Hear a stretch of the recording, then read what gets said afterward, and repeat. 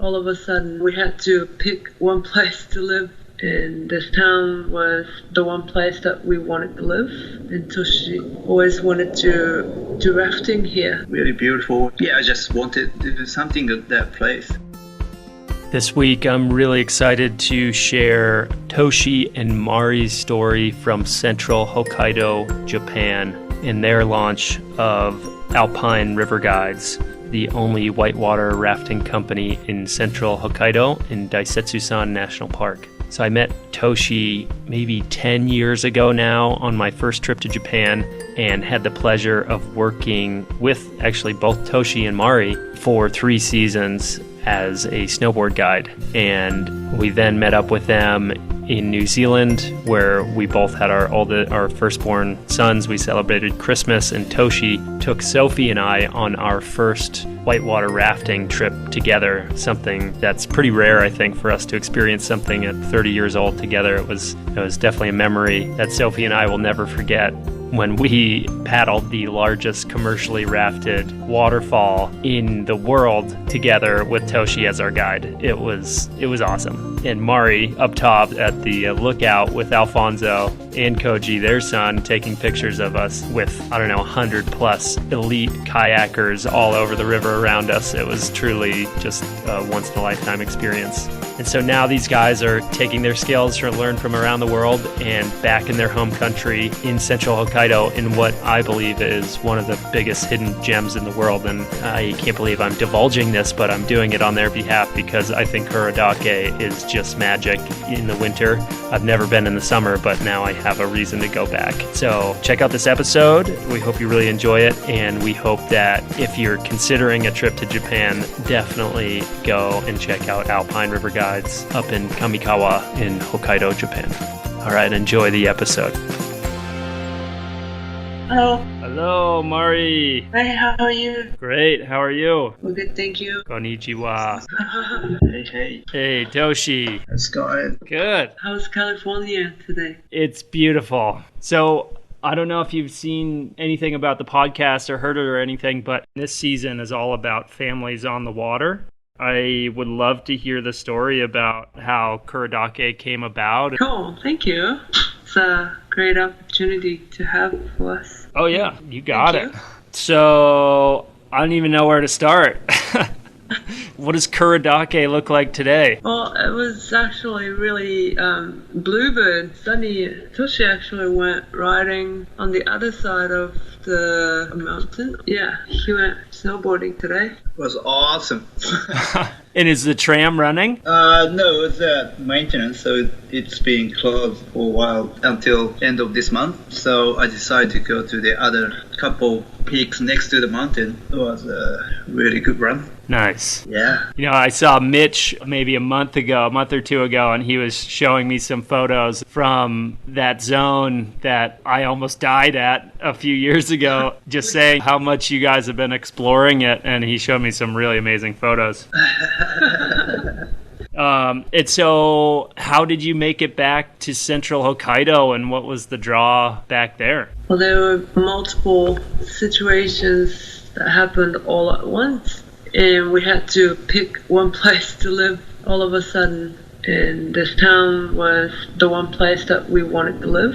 And Toshi always wanted to do rafting here. So the main draw maybe was the river and, of course, the mountain, Kurodake. And Toshi, why was the river a draw? Had anybody ever done a commercial rafting operation on that river before? I don't know, but one section is kind of rough, pretty good class 4-ish good whitewater section. It's kind of difficult to operate, I guess, so nobody want to run that section. So I just wanted to do something at that place. Really beautiful, and yeah. There were a rafting business a while back, many years ago, but they decided to end because they were aging, I guess. Right, so you were able to, History. there was some history and you were able to come in and bring some new life to, some history to the region? I think so. Yeah, in a better way. And was this past summer your first summer opening the doors? Yes. Oh, yeah. It was the first summer for Alpine River Guides here in Kamikawa, Hokkaido. And how did it go? Not bad at all for the first season. So that the local people, that actually we're living in the name of the town is Kamikawa Town. Yeah, supported us really well. There were many initiatives in this town that just started maybe a couple of years ago to draw many more people to come live here by with outdoor activities and related things. So they were really open to having us and supporting our business as a part of their initiatives to get the town going. That's great. And I'm sure both of you, having been living internationally and having such a solid grip on English and working with Westerners so often, I'm sure people were really happy and excited to have you be part of the town and the community. I hope so. We hope so. I would imagine so. I'd want you in my town. I secretly want to live in Kurodake. Yeah. What a strange family. Wanted to live out in the middle of nowhere. That's where we're living now. So give us a sense of what Kamikawa Town and Kurodake is like for anybody that hasn't been there. I mean, Hokkaido, Japan, for most people is about as far away from their home as they could imagine, but just paint the picture for us in this time of year in winter and then what it looks like in summer. So if you come to Kamikawa now, all you see is wintry picture book winter with snow-covered everything. We say that Kamikawa Town is buried under snow for 6 months of the year. So it's really cold, but when it's sunny, it's clear as in you can see diamond dust. Do you know what it is? Yeah, like the snowflakes are so beautiful that the snow is just sparkling. Yeah, and also the moisture in the air, the so-called the moisture in the air itself crystallized. So when the crystallized moisture hit the sunshine, it just sparkles in the air. So it's not really a snowflake. So when it's sunny, sometimes you just see sparkling air in front of you. Now that you describe that, I can remember seeing that, but I didn't actually know that that was a thing for that town. Yeah, in this Hokkaido or Central Hokkaido. And if you go to Kurodake, we call that a Songyo area with the onsen, many onsens. We have Icefall Festival that are lit up with slides and in the maze, and you look up the mountains and it's gorgeous snow-covered mountains. And these outside of Honshu, the main island of Japan, Kurodake is right smack in the middle of Daisetsuzan National Park, and is that the biggest mountain chain in Hokkaido? Probably, yeah, I think so. And it's a national park, so that would give you a lot of recreational activities, but it's also kind of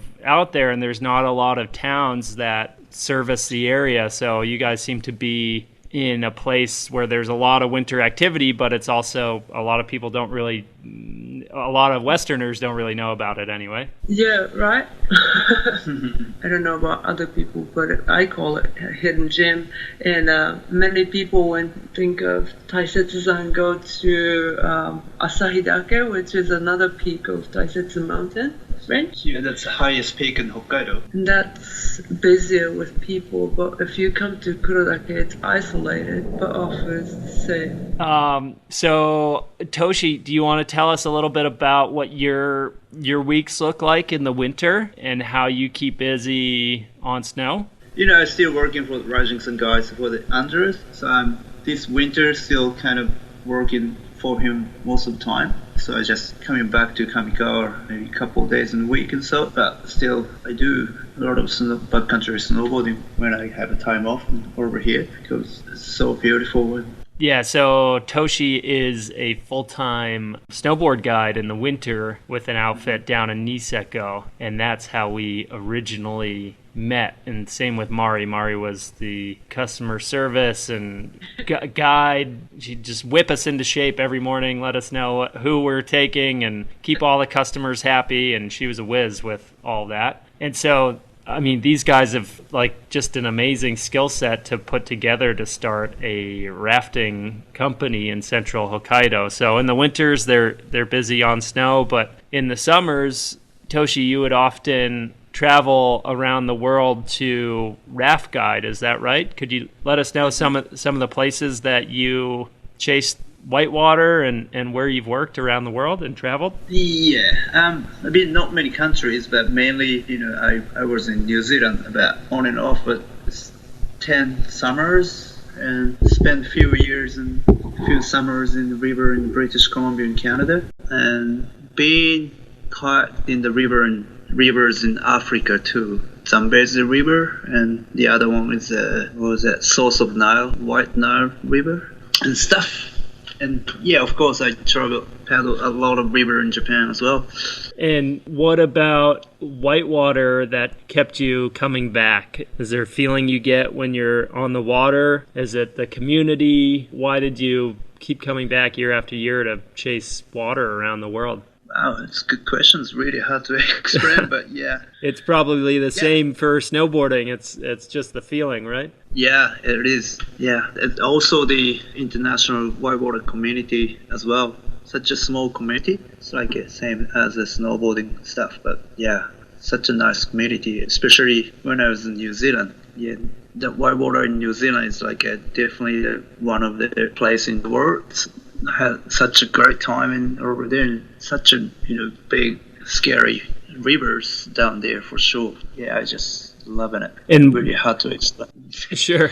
And what was the name of the river in Rotorua where you were last guiding? I mainly worked in the Kaituna River, which has tallest commercially rafted waterfall in the world and stuff. And for those of you that have never been rafting, I've only been on a raft once, and that was with Toshi, and that was on the largest commercially rafted waterfall in the world on the Kaituna River. That was maybe 3 years ago or 4 years ago now. We were all met up in New Zealand. We had our first children. We celebrated Christmas together, and then Toshi said, "Come on, let's go paddling. It's a big event on the river today." And we were kind of like, well, okay. We'd been talking about it a little bit, and you took us down. I think we hit a jump going into the river with the raft and landed in the Kaituna River with about, 100 to 200 other paddlers, and it was just a party for the next 45 minutes. And I'll get into that later, but I don't know if Sophie or I really knew what we were expecting, but you were an incredible guide. Mari was up on the lookout with our oldest son, Alfonso, for that hour and a half, and her son, Kouji, or their son, and we just had the most incredible time. It was like a full-on adrenaline rush. And the whole time down the river, you were just pointing out, oh, that's so-and-so, the, number one whitewater paddler in the world, or that's so-and-so, they've been guide in, Nepal and Africa and Antarctica, and that's so-and-so, she's number 3, and this and that. And it just seemed, coming from the snowboarding community, just like you said, it seemed like a very tight-knit community, and everybody just kind of could show up any place in the world and drop right in and know the right people. So, yeah, that was so much fun. That's been my only taste of whitewater rafting, but I can attest to what the experience I had with you on the river, and I can only imagine what you're doing for people now and with Alpine River Guides. So, Mari, had you had much experience with rafting before, I'm not going to say meeting Toshi, but before getting together with Toshi? Did you do raft guiding in the summer too, or is this kind of a new thing for you to chase after the snow tours? It's definitely a new thing. Was a new thing for me. I had only rafted once when I was 17 in Oregon. And that was all until I went to New Zealand with Toshi in 2013. And yeah, I love it. That's awesome. Yeah. Now I've rafted many times. But before then, no. Never raft guided. And then what about Kouji? So how old is Kouji now? He's got to be about 4 or 5? He's turned 4 in September. And if you could speak for him, what's his outlook on water? Do you feel like he's grown up with a paddle in his hands and a life jacket on? Yeah. So when he was born, the first thing, a first photo shoot or so, he had a little tiny kayak paddle photo. And then he grew up bouncing in the raft boat with all the raft guides in New Zealand, and at home and at Toshi's work. And he's paddled down the family section down in south of Japan, in Shikoku, with all the other kids when he was 3. But all the he's grown up playing in the raft boats. But he went rafting this summer, full-on rafting, for about 2 hours on the river. Wow. And that was a bit too long for him. He got really tired and sleepy by the end of the trip. I think he was enjoying it a lot. And he plays in a kayak as well. He's always played in a kayak as a pool. Oh, right. Just fill it with water and it's a perfect little pool. Yeah. It's a personal pool. So I think he seems to enjoy whatever he sees, and he says that he's going to be a superhero, and he's going to be a sushi chef, and he's going to be a raft guide like Dad. So he might become a raft guide one day. And also he's a special boy and baby born in a sack. So when he was born, my water never broke, and he was born in the water because I had a water birth. He was born in the water and born in the sack, and the midwife who caught him had to break the sack out of the water to come out of the water. And in New Zealand, in Maori culture, they say babies born in a sack will always be protected around the water, and we felt something special for him because Toshi's a raft guide. He's always on the river, and I started to play on the water, and we always go on the surf trips. So Kouji seems to be always around the water. He is a very special kid. That's amazing. I think until you go through, most of the people listening to this podcast are parents or soon to be parents, and having a baby born in the sack, it is super rare. And having lived in New Zealand for 6 years, the Maori culture is definitely has an impact on our life as well. And funny enough, our second son Camilo was also born in the sack too, and his middle name is Awa, which you might recognize as river in New Zealand. In Maori.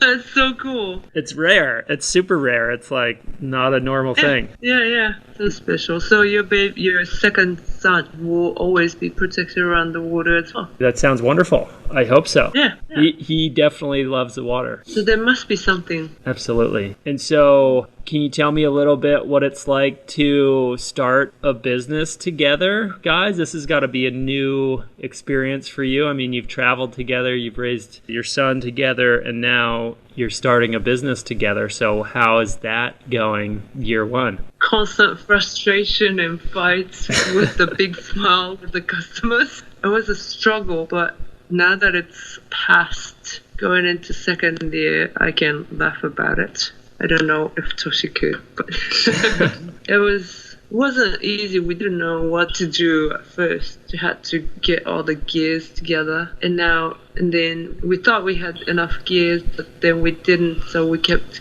preparing. And then number one customer came, and we were super excited, and then there was no customer, and there was customer on and off. So we didn't know what to expect, but I think it was a good start. And just Toshi's former boss, who owned a raft company, also started a rafting community in New Zealand, in Rotorua. He came to help us start a company or build a company, he was here for about a month helping us actually build and prepare the river and telling us what to do, what not to do, telling us to do something every day. And it was a big help, and we were really thankful for Keith and his help.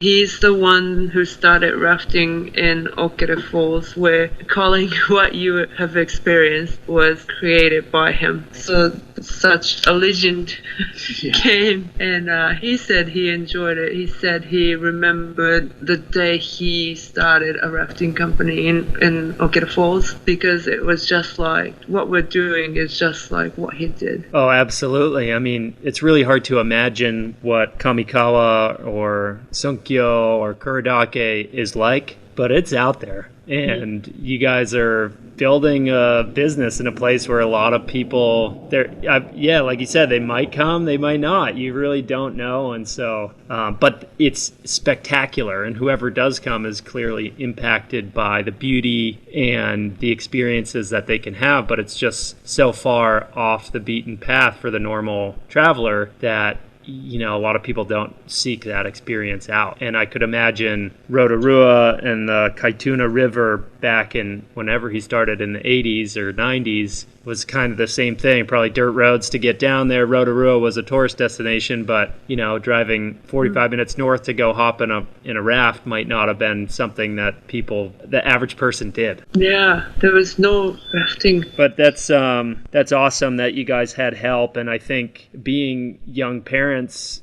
it's just so hard to try and make these dreams happen. And, you know, it's a true testament to the lives that you led before having kids, to have, you know, friends that have gone through these things show up and help you out when you need it. Because not only are you trying to launch a business and keep your clients safe, you know, the most important thing, you're also trying to raise your son and figure out this new city and new town. And I mean, that sounds exhausting. And also figure out how to run a business together, which you've never done before. Yeah. So, having help, and I think we all need it. And, you know, that's kind of what this podcast is all about is, you know, some people taking on challenges in parenthood that, you know, seem too hard for most, but we want to highlight people that are like yourself that are doing it and have done it successfully, but it's not without pain and suffering. Yeah, it sounds very typical, and it might be just sound cheap, but all the hard work pays off when we see the customers' big smile at the end of the day, when they get off the boat by the river and grab a coffee, and they just go, oh my God, that was amazing. And then on the way back home, they just keep talking about what happened on the river and who did what and whose face looked like what on the river. And until the morning when the customers show up, it's all the hectic work. But once they're on the river, off the river, it's just all the hard work pays off, and it's just so fun seeing them laugh on the river. Because I'm always on the photo duty, looking down on the customer having so much fun in the hot summer days in the cold water. I'm sweating like a dog running around with a camera.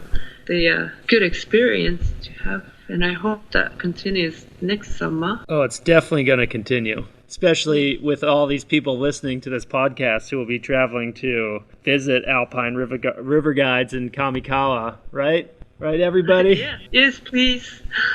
Cool. Well, so what does next summer look like? I mean, you guys got 1 year under your belt. What are you excited about? What are you nervous about? Any big changes coming, or is it, just trying to dial in your systems and bring in more customers? Well, I think all the first year prep days have now passed, and now we're on to the marketing and getting booking stage, or the second phase of the starting business, I guess, getting customers and actually getting business. So we're nervous about, not knowing if the customer's ever going to come, but we're excited for another fun summer.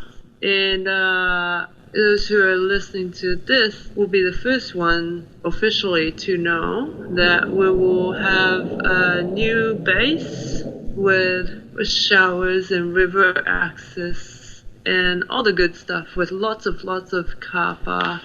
Well, we already had that, but with a camping area. Wow. So bring your tent or sleeping bag, just a sleeping bag, and you can go rafting and stay for a little amount of money or exchange of work or something. We will figure out. It will be a personal base. Wow. Yeah. That sounds awesome. Yeah, if we like you very much, then you might be able to go raft for free and stay for free. Who knows?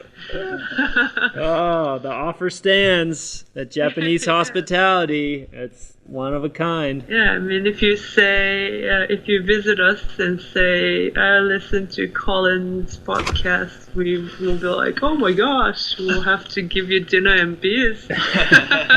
Well, we'd love to come. I think Sophie mentioned the idea of going to Japan at some point, and I just thought of you guys, and now that I know that you live up there, I just want to come in the winter. I just want to live here. I do. I want the ski house in Kurodake. Yeah. Well, you have a ski place to stay for all winter. Thank you. Yeah. Cool, guys. Well, is there anything else that you want to share about Alpine River Guides or anything at all that we didn't cover?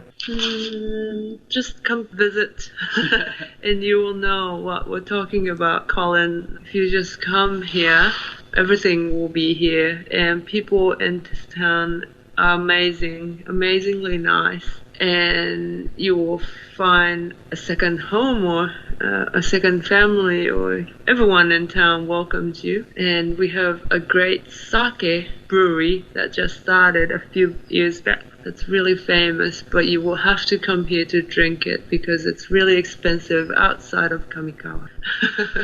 Oh man, And we are number one town for ramen in Japan, we say. Wow. So you have, it sounds amazing, right? You come here, go rafting, soak in onsen, have one of the best sake in Hokkaido, and have ramen for dinner, and chat with the locals, have a great night out with the locals, and then next morning you can go on another rafting trip and go camping and go sightseeing. Yeah, go some trekking. Yeah.